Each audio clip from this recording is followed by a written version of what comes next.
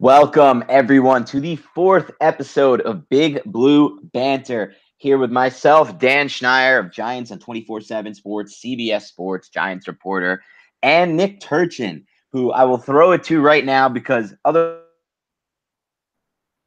going to kind of dive into that in a little bit because we've got a great podcast here previewing training camp, diving deep into some of the defensive schemes and what we expect to see from new defensive coordinator James Bettcher in 2018. But mostly I'm just pumped because football's almost back. Giants training camp is in less than 24 hours. The first practice in about 48, actually less than 48 hours right now. It's almost here. The training camp grind, the preseason, the regular season. This is what I'm most excited to live. I'm not going to lie. Just going to lay it all out there like that. Nick, take it over before I gush too and wax too much poetic about this coming football season.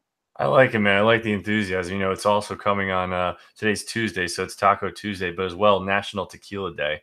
So it's really just a win-win all around for everything. So getting in here, I think we first want to talk about Connor Barwin, who was signed yesterday, right?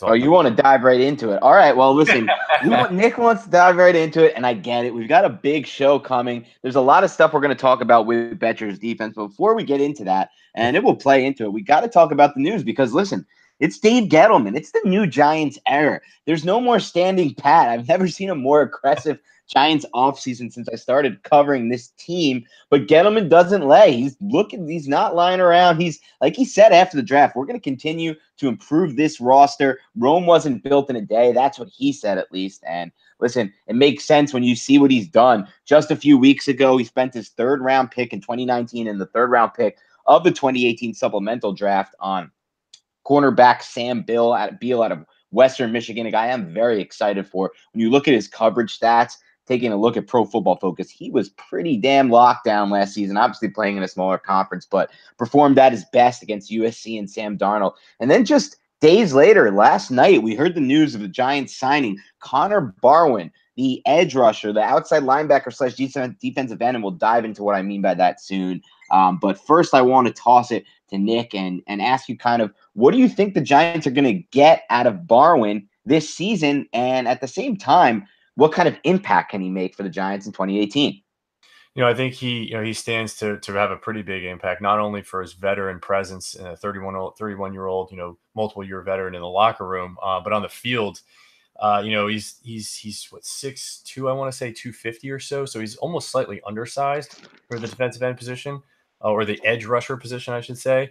But against the run, where I'll start, he really stands out. He engages really hands first pretty often. He has a really good stance with slight lean forward. Likes to play long. That's kind of the big thing.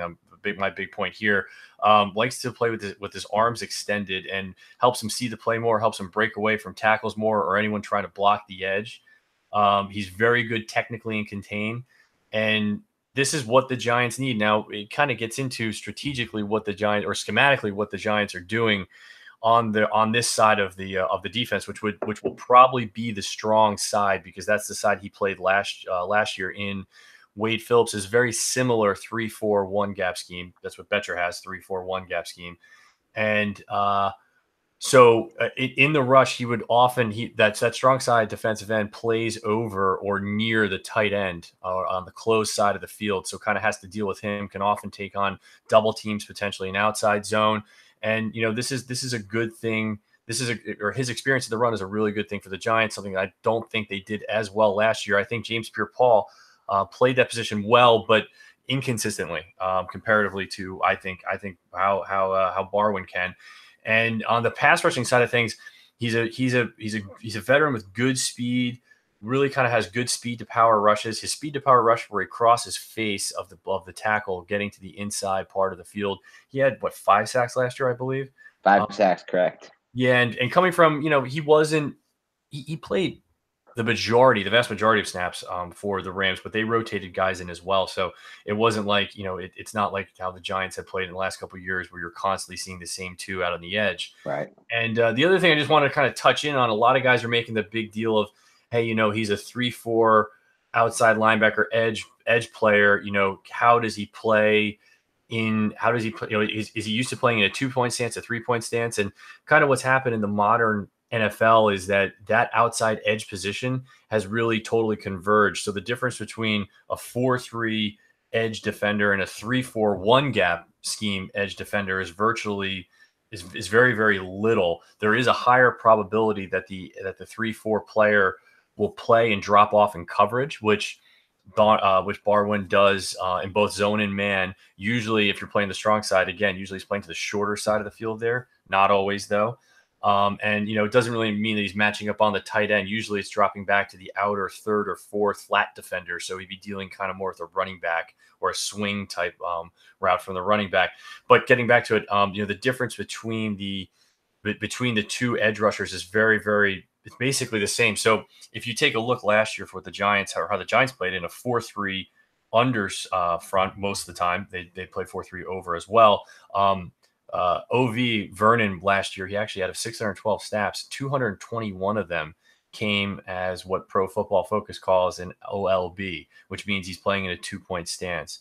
So that's a third of the snaps where a 4-3 defensive end is playing standing up. And when you play standing up, your vision and your view to the field changes, your angles that you can take from a pass rushing perspective changes. But the difference, my point is, it's very similar to the 3-4. And you're doing this in both base and nickel. Both Betcher and Spagnuolo had those edge rushers standing up and go and into 3-point and 4-point stances in both sub packages and base personnel. Right. And we're talking about a guy who played actually 61% of the snaps last season with the Rams, still had 5 sacks, earned positive grades in pass coverage. So don't expect him to be some kind of liability there for the Giants when he is asked to drop. And this is a guy who has 55.5 career sacks, 31 of those with the Eagles. And remember, this is not a Giants team flush with pass rushers. Entering 2018, before they signed Barwin, there wasn't a single player on the roster with 5 NFL sacks in a single season until they added Connor Barwin, who's added 10 sacks in a limited role the past 2 seasons. And I think, like you said, Nick, the role, that edge role is not much different now that they're playing a one-gap scheme, which is obviously different even than what they played last season, what they played under Bill Belichick in their old school 3-4 defense with Bill Parcells. And my question for you is, I believe that Barwin will actually mix in also at that 5-tech position. Do you think that's possible in some certain packages, or is he going to be kind of more limited to, that left outside linebacker role in Betcher's scheme, and that, like you said, which will also be playing on the end of the line at times? Yeah, I think I would say in base playing that 5-tech position, I would say no.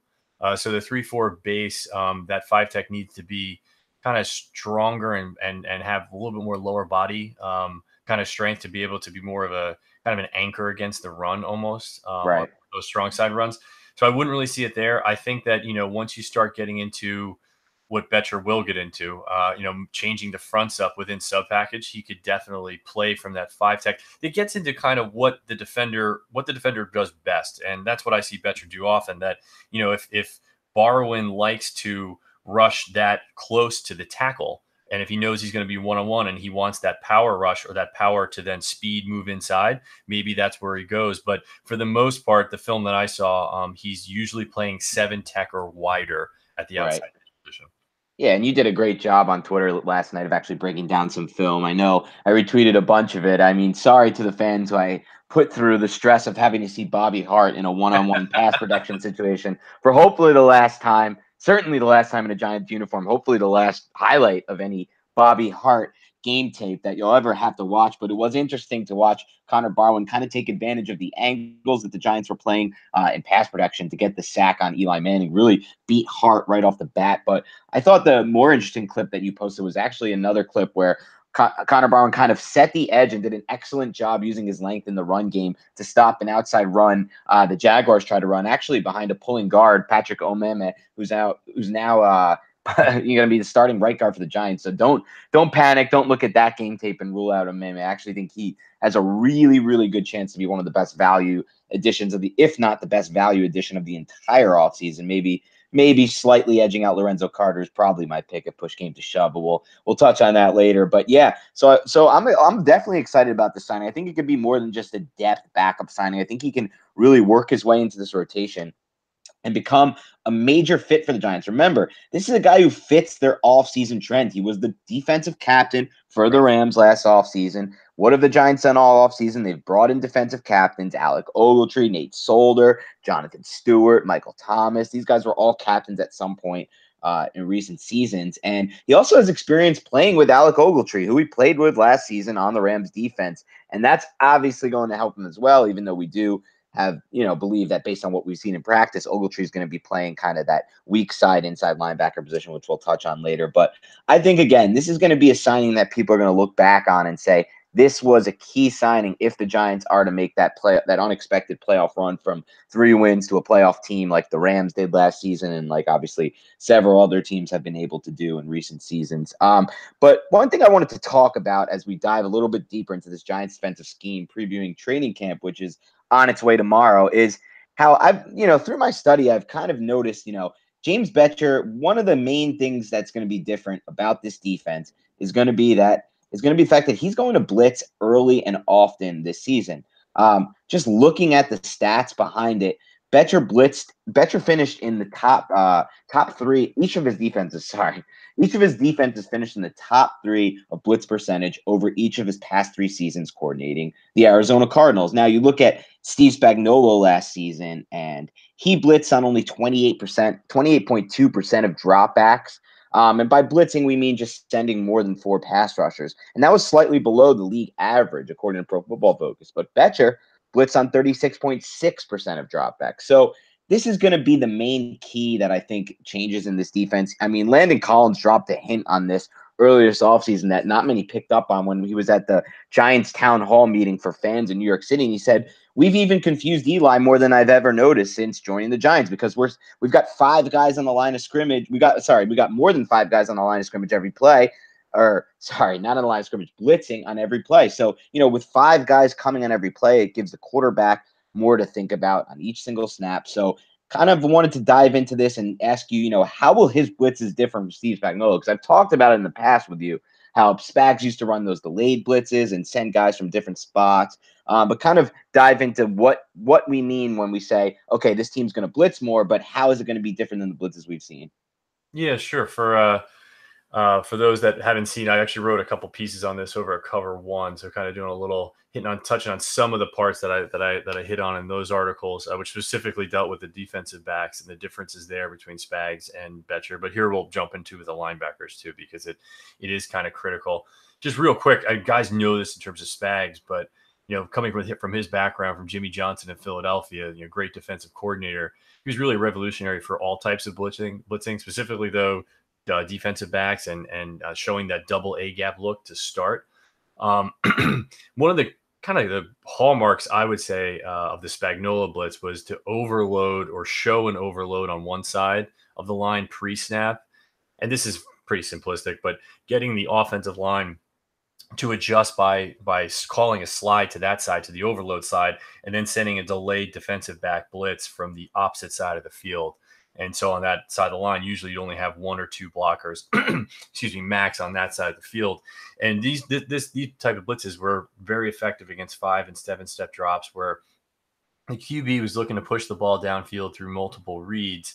And again, I'm simplifying this, but in the little bit more of the modern era with the quick game as prevalent as it is today, with it's a crazy number, like 70% of throws are under 10 yards.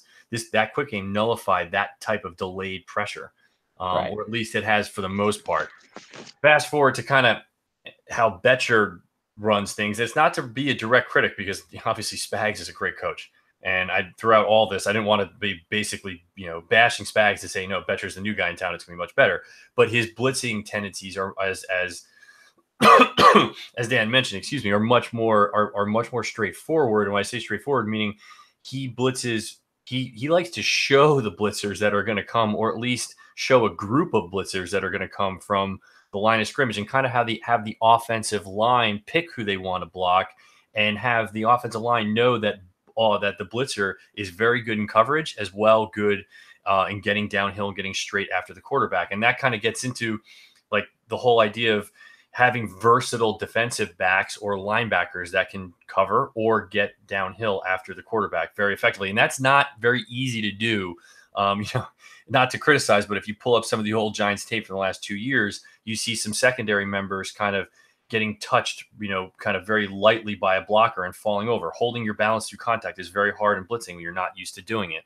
Most of the guys that blitz for Betcher blitz often, and they get better and better at their technique. So in my opinion, his system allows the guys who do things well to do them more often, and that leads to higher success, at least in my mind. So most of Betcher's blitzes come from call it a defensive back or a strong safety that's near the line of scrimmage, and teams that line up with wings or tight slot receivers are vulnerable to this because it's an easy angle and an easy excuse for the strong safety to be near, or the nickelback to be near the line of scrimmage in that case. And that was really Matthew in Arizona kind of taking that position last year. And he's a guy who's only 5'9", 185 pounds, but that guy brings it when he brings it. And, they saw a lot of success there.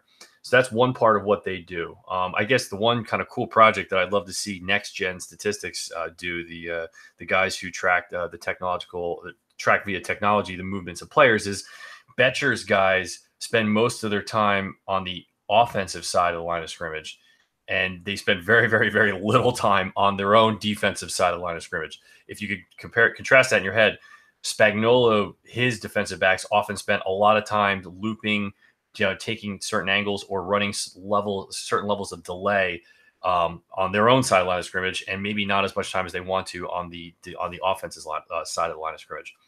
Yeah, exactly. And, this goes in line, Nick, with what Betcher was saying when he arrived at Giants training camp yesterday. He had an interview on Giants.com that I listened to. And he basically said, listen, quarterbacks are simply too smart these days. You can't, these delayed blitzes, these tricky blitzes aren't getting there anymore. They're seeing them before they get there, and they're getting rid of the football quick. So what his goal is on every single play is to bring enough pressure, bring enough pass rushers that he will get a one-on-one matchup. He just wants those one-on-one matchups. It's not, it's not rocket science. He's not coming out here and saying he's going to trick you. He's going to do all sorts of loops, like you said, in the backfield and different ways of, confusing a quarterback. He's not worried about confusing the quarterback. He doesn't even care about that. He just simply says, we're going to line up, we're going to get those one-on-one matchups, and we're going to win those one-on-one matchups because he is confident. And guys like Dalvin Tomlinson, Damon Harrison, these guys are going to get more one-on-one pass rushing situations than they've ever had in their career. Now, they're not going to he's not going to turn them into pass rush first defensive linemen, obviously, but they're going to get more opportunities than they ever have.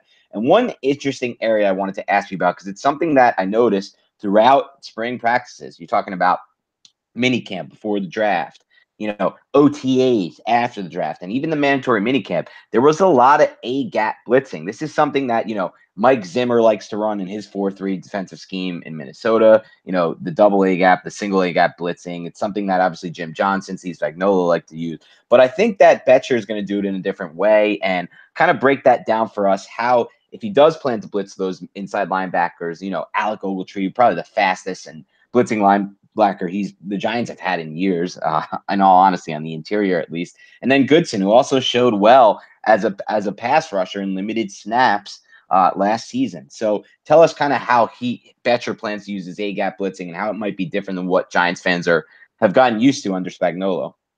Yeah, sure. So the one of the big differences is that kind of what Dan's saying is that the Ogletree or Goodson would be coming from the stacked linebacker position, and usually the two ILBs.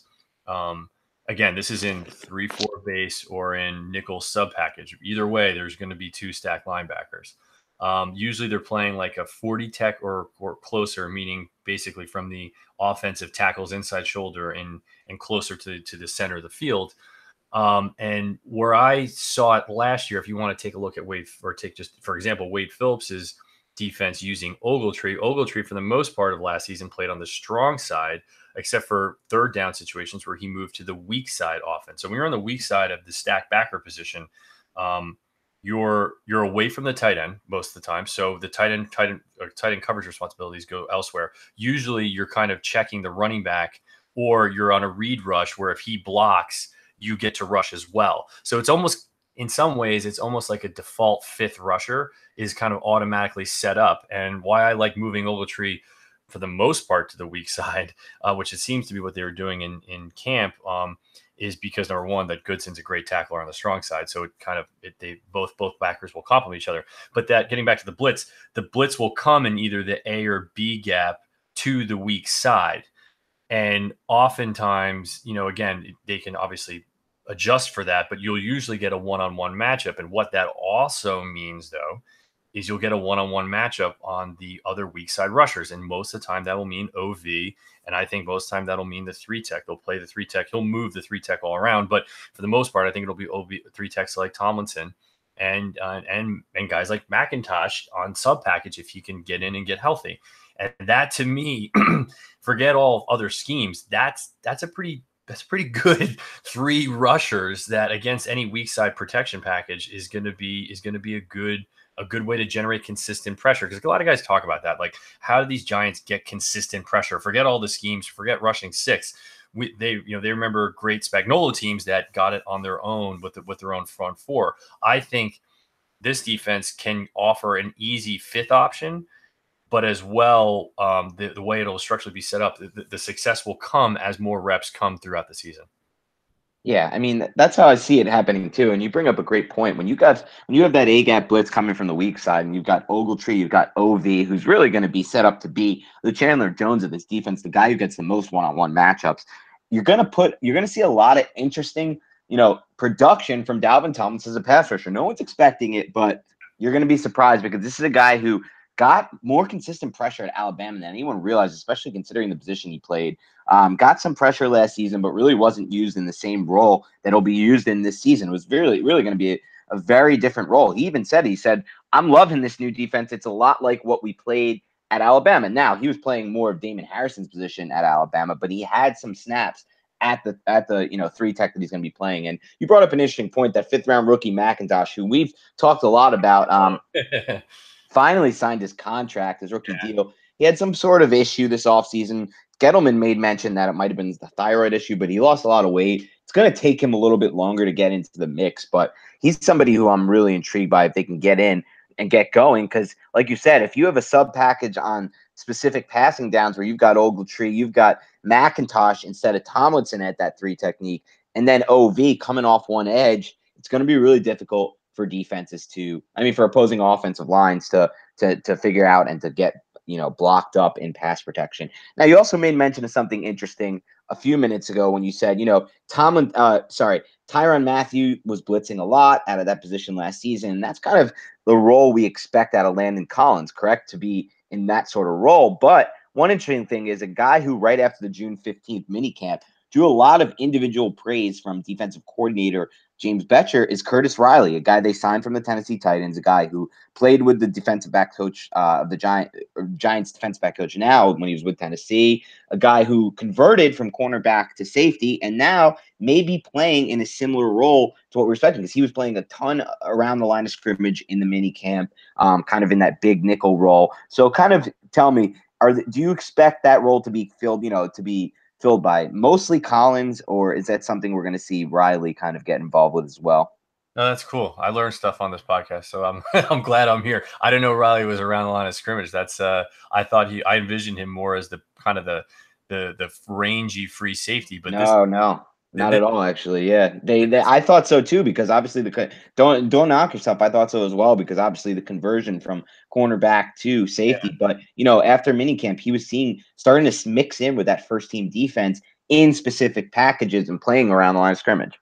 That's the key thing, I think, is also the versatility, because I think we know that he has range, right? Maybe he hasn't played the free safety position, but Betcher moved these guys around, as we've talked about a lot in Arizona with guys with different looks. So I think, to answer the question, I think it's going to be mostly Collins, but you have to look. Collins plays pretty well from the deep safety, or the right, quote unquote too high safety position well as well. And what the other thing too, I just wanted to bring up, I was breaking down one whole game, every snap for Arizona, and I didn't know this. I didn't realize this. They play a lot more too high than people realize.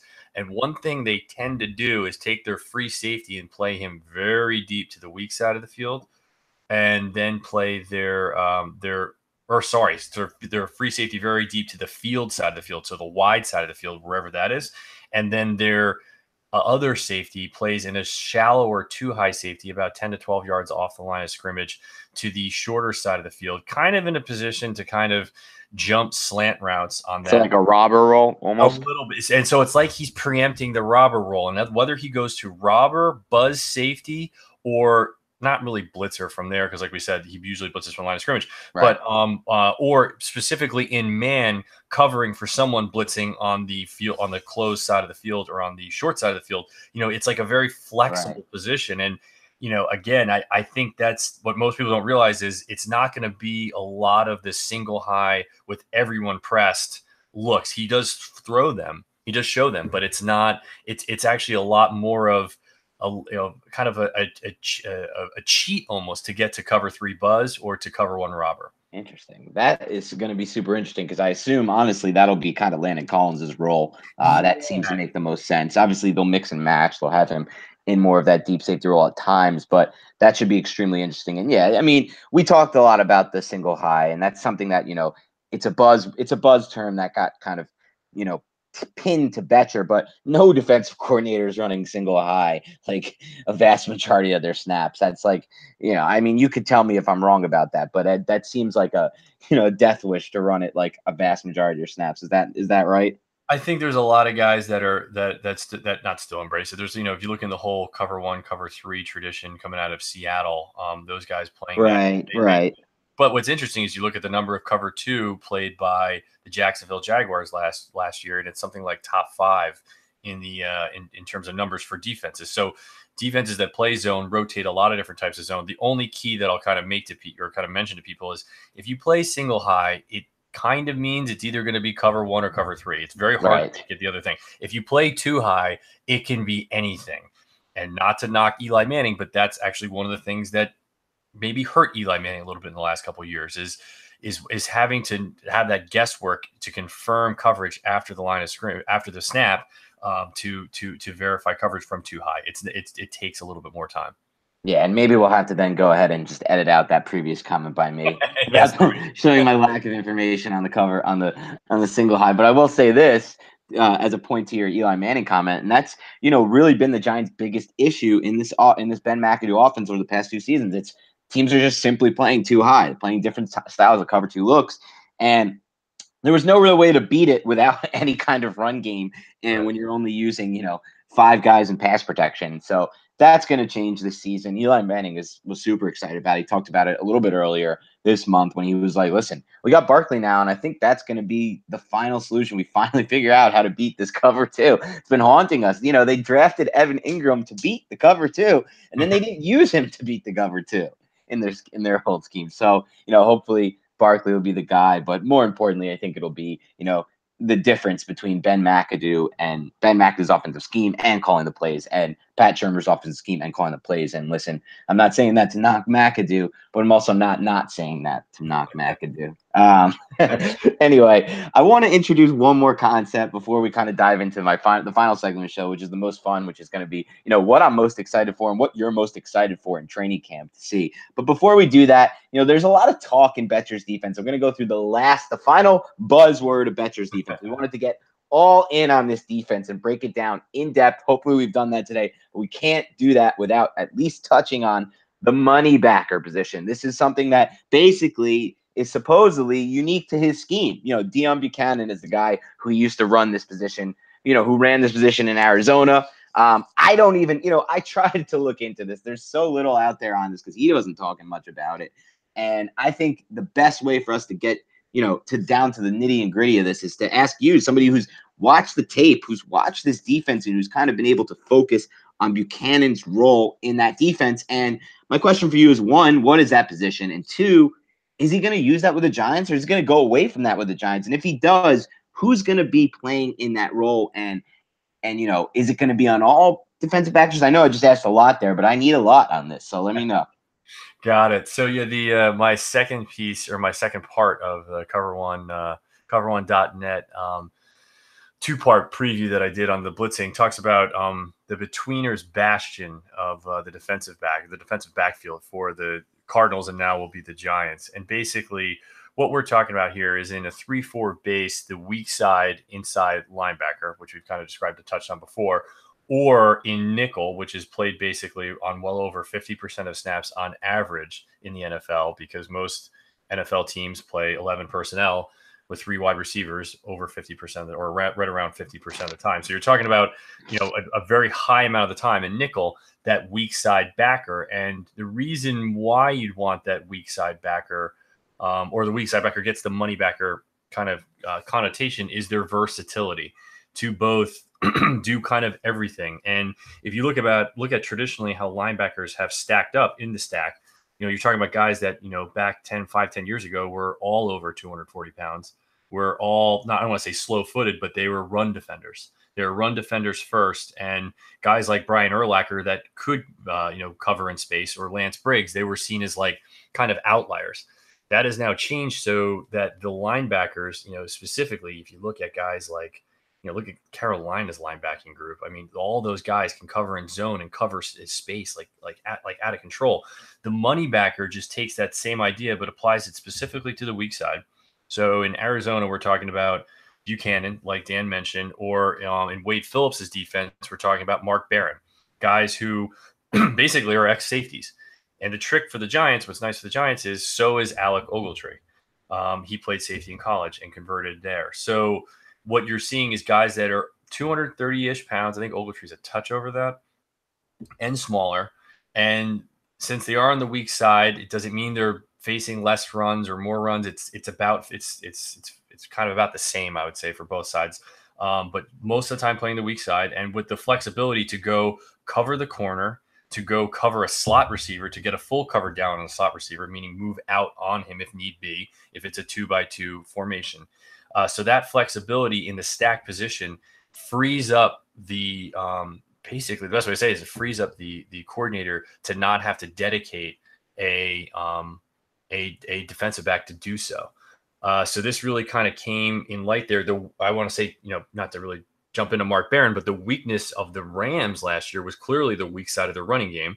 Not just because of Mark Barron, but partially because of that, because you do have an undersized guy there, and Barron comes in, I think, around 220 and brings the lumber when he does. But the bottom line is you're lowering the size roughly, but this guy can do many things. And I think for the Giants this year, what I see, and we kind of touched upon it right before, is the strong side backer is going to be Goodson, BJ Goodson. And I think, at 240 pounds plus, that guy really is almost the better version of what Ogletree was last year for the Rams, because he was playing the strong side mostly on early downs. And I think that the weak side backer will be, predominantly be Ogletree. So playing that money back, that versatile role, and basically it's going to put a lot of pressure on him. Yes.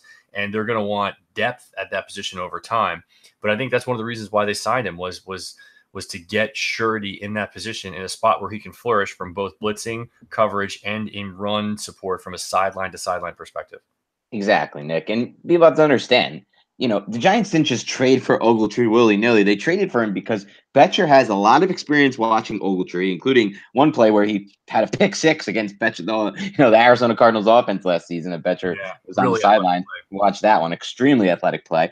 And he has in mind that I want to run that money back position in my defense, and I got a guy to do it, and I know who he is, and let's go get him. And that's what Gettleman did. And I just wanted to bring up the money backer thing because I know there's a lot of people out there who think that it's kind of a role that they envision for Landon Collins.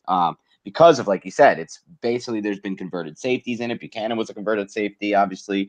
Ogletree was originally a converted safety. But that's just not the case. I mean, Collins is not going to be playing that role. So Nick kind of did an excellent job there breaking it down for you guys and for me, because while I knew, before this, because me and Nick, we talked before we go on the pod, that, this wasn't a role for Collins. It's good to hear it broken down in that way.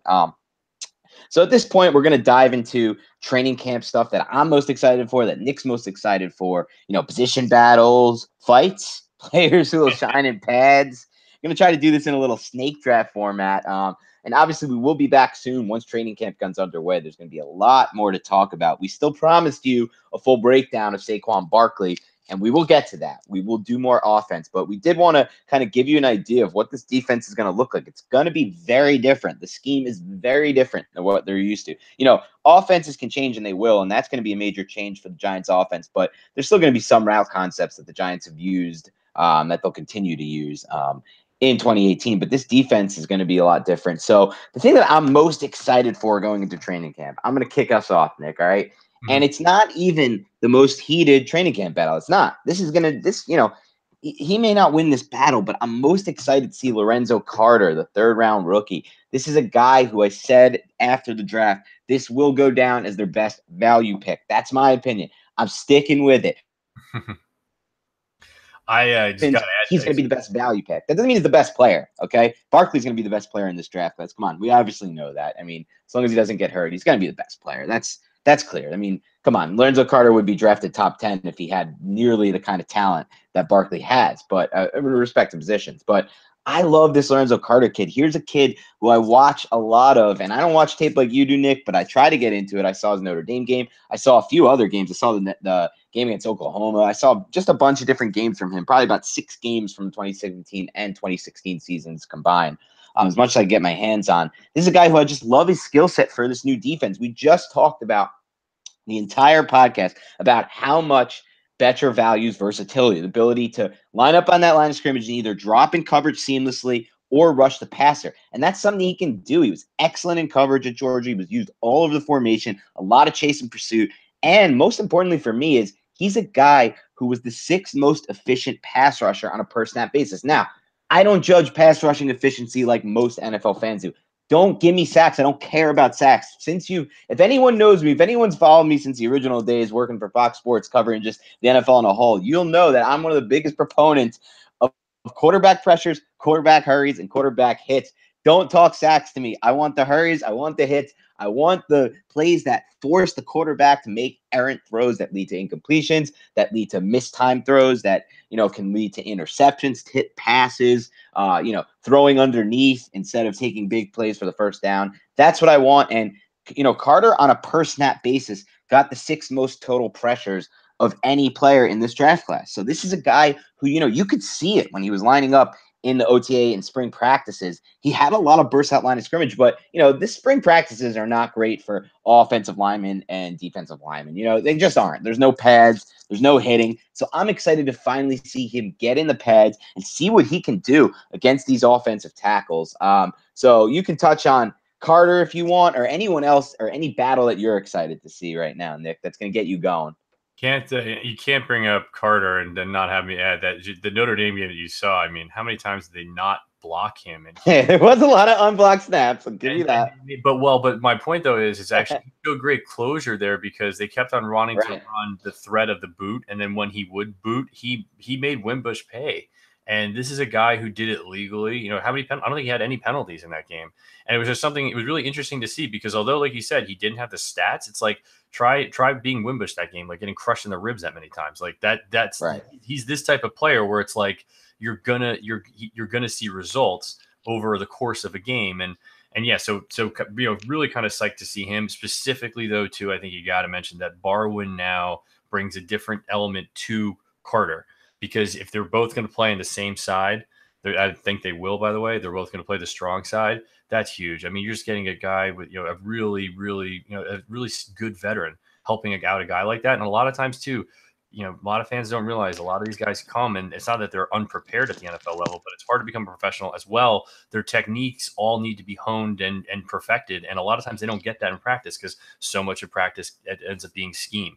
So anyway, I think that's a huge get for them, or a great point there, Nick. And I wasn't even thinking about that. We're talking about borrowing a guy with 55.5 career sacks. Obviously, not the most athletic, right? Game. So he's done it with technique and he's done it with smarts, and that's a great point. He can really be that mentor that Carter's going to need at that outside linebacker position. And yes, they're both going to play that strong side, which also makes me wonder, though. You got Carter, you got Barwin, you also have Kareem Martin, who is signed to play that strong side. One of those guys going to flip over behind Vernon on the weak side. It's something to think about.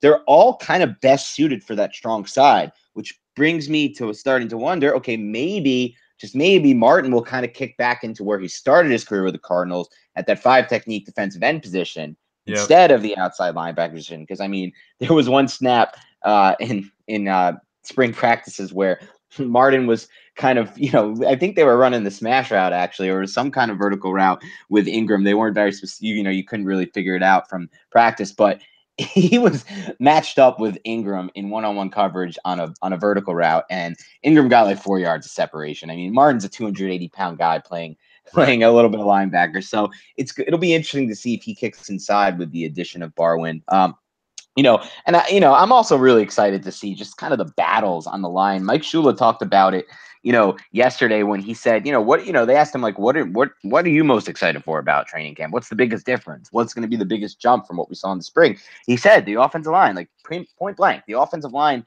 haven't gotten into it at all yet. We haven't learned anything about the O-line. You start learning stuff about the O-line in training camp. And I can't wait to see these battles between Hernandez and Snacks. Like, at the end of June minicamp, these two got into a ridiculous fight. Like, that shouldn't have went down. Like, Shermer was like, after practice, Shermer was like, yeah, I like the fight, sort of, but don't swing your helmet at the guy. That's what Harrison did, swinging his helmet at Hernandez.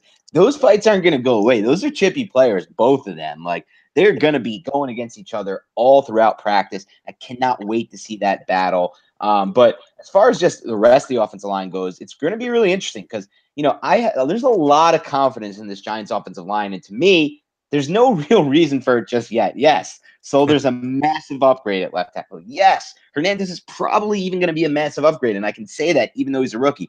But that rest of that offensive line from the center on to the right tackle has big question marks for me. I like Omeme at right guard, Patrick Omeme, and I believe that's how you pronounce his name. People have gotten on me for that pronunciation at times on Facebook Live, but I'm telling you, think it's Omeme. We'll find out soon. Soon we're going to hear that name said by a coach. I've been waiting for a Giant coach to say his name in the presser so I can get it down, but we'll find out. But anyway, I got confidence in him, but I do not have confidence in Eric Flowers, the right tackle. Sure, he'll get some help finally from a coach who's going to use some guys in pass protection to help out, not just 5, but I still don't have confidence in him, especially in the run game. That's where I was really disappointed with Flowers last season as a run blocker. Something he was decent in early in his career and really struggled with in 2017. And then at center, that's where I have my biggest worry. Sure, Halapio's moving up the depth chart. He's looking interesting. But, we hate Ben McAdoo, and Ben McAdoo said, I don't trust Halapio. They'll probably have to go with Jones. He didn't even mention Halapio. He said, I don't trust the other guy.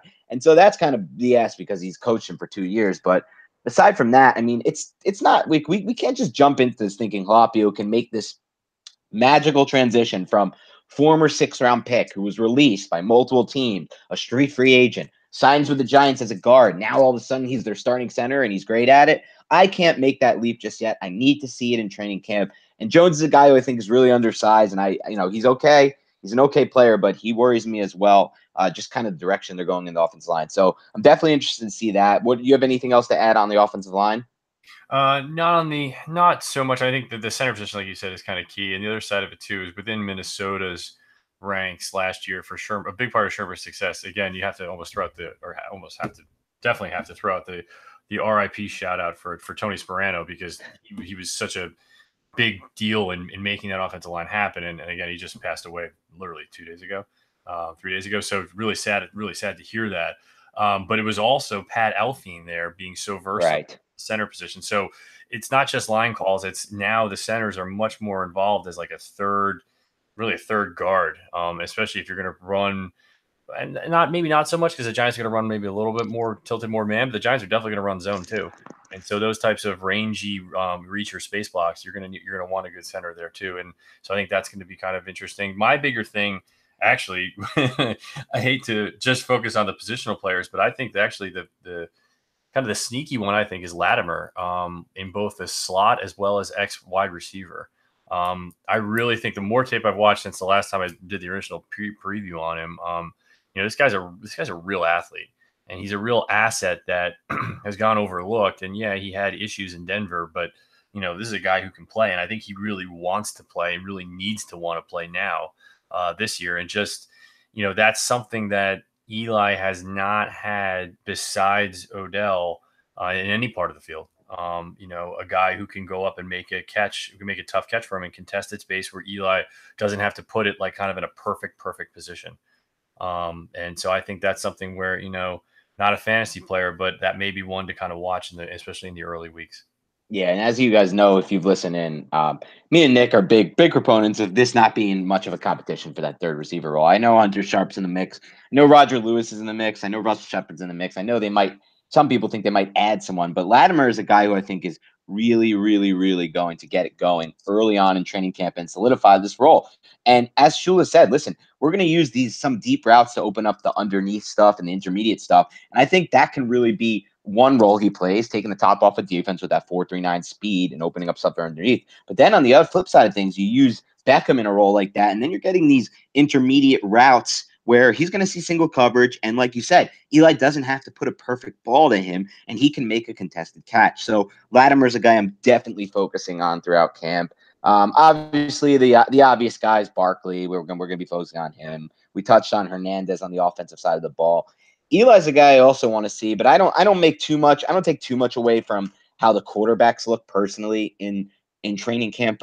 This is something that I've noticed over the years, but it's very different in training camp, even in the live padded practices. Now, we might get a little more information when the Giants meet up with the Detroit Lions prior to the second preseason game on the 17th. They play the Lions, and I believe from the 14th through 16th, they'll be practicing with the Lions in Detroit, which I'm really excited for. Finally, the Giants are doing this. They didn't do this at all with Ben McAdoo, which was obviously, I mean, to me, an unwise decision. I think this is an excellent decision to practice against another team for a multitude of reasons, but I think then we'll finally get to see a little bit of how Eli looks in this offense. Until then, I'm not because again, remember, when these quarterbacks are going up in practice, they're seeing the same defense and the same defensive players and the same defensive scheme every day. So I'm not as excited there as maybe some others will be from when they see the the puff pieces that are bound to come from there. And then just on the defensive side of the ball, I think we touched on a lot today. There's a lot of moving pieces that I'm excited to see in all these roles we talked about. We kind of dove a lot into the defense though, so we won't get too much into that. Is there anything else you wanted to add? Any players you think will be better in pads, anything like that? Any position battles you think could surprise people before we sign off here, Nick? No, I think we hit everything. a Yeah. wide range, a lot of positions there. Yeah, I mean, this was obviously more of a defensive-minded podcast, but listen, guys, we're going to be here all summer, all season, breaking it all down. Soon we're going to have some actual game tape to go off of. The preseason's coming, and we're going to look into that, both me and Nick. So we got a lot more coming. Expect another one of these podcasts as we get a little into training camp with a few practices under belt. All we want is a few practices, and we'll get some more information going. But thank you guys again for tuning in. Hopefully you guys learned something today about the Giants defense, about really anything to do with the Giants that excites you guys. But we'll keep it coming this summer, no doubt. Nick, anything else you want to add before we sign off with a little? Oh, obviously before I sign off, I wouldn't be a podcast without a little bit of a shameless plug. Yeah, you want me to go first? Or you? Twitter handle Dan Schneier NFL. That's DANSCHNEIER NFL on Twitter. But more importantly than any of that, for at least for me and Nick, would be if you guys liked what you heard today, if you like this podcast, help us grow it. Help us get to the point where we can do a lot more of these. So you can find us on iTunes under Big Blue Banter. And you can also find us on a couple other places with Nick will touch on because he knows a little bit more of the tech details on that. But really, if you can get on iTunes and just give us a review, just quickly, just review the show, download the podcast, give us 5 stars or any kind of stars you want, hopefully 5 stars. We can start to move up that iTunes algorithm and get out to more people so we can build the show and have on some guests. I have some interesting ideas as it comes to guests for the season, which we'll touch on later in the podcast. I got a couple really good guys who do really good work at 24/7 Sports for other teams. So during the season, we're going to get them on before games, things like that. Hopefully, we can also get some players on, have built some relationships through my time working for 24/7 for the Giants. So, big things are to come. Help us grow the podcast. Nick, do you want to sign off, give them your Twitter handle and whatnot? Yeah, for sure. Just real quick on the technical side with the podcast, kind of moving up in the world a little bit. You should be able to see it on more venues when we release this one. Should be on Spotify. We will be on different more venues basically. And yeah, please leave a review, leave questions, leave whatever you want to leave to me. For me, it'd be great. My Twitter handle tmanic21. Maybe I should change that. It's kind of annoying. It doesn't really have anything to do with me except for my nickname. Anyway, my work mostly at cover1.net, a Buffalo-based group of guys that are kind of expanding and basically I'm the New York Giants X's and O's guys. And the only little thing that I would like to kind of for a plug or for whatever is the content does become premium after like a month, I think. So if you do want to join, it's kind of a low yearly rate to see all of my work for the entire year. If you mention my name at checkout, people helping people, it all kind of goes in the good things in the good karma bowl. And besides that, also over at InsideThePylon.com, where I kind of started out, if you will. And so, yeah, that's it for me, and psyched to kind of get into camp here. Awesome. All right, guys. Thanks, guys and girls. Thanks again for tuning in. This is Big Blue Banter, episode 4. Signing off now. Have a great rest of your summer, and go Giants.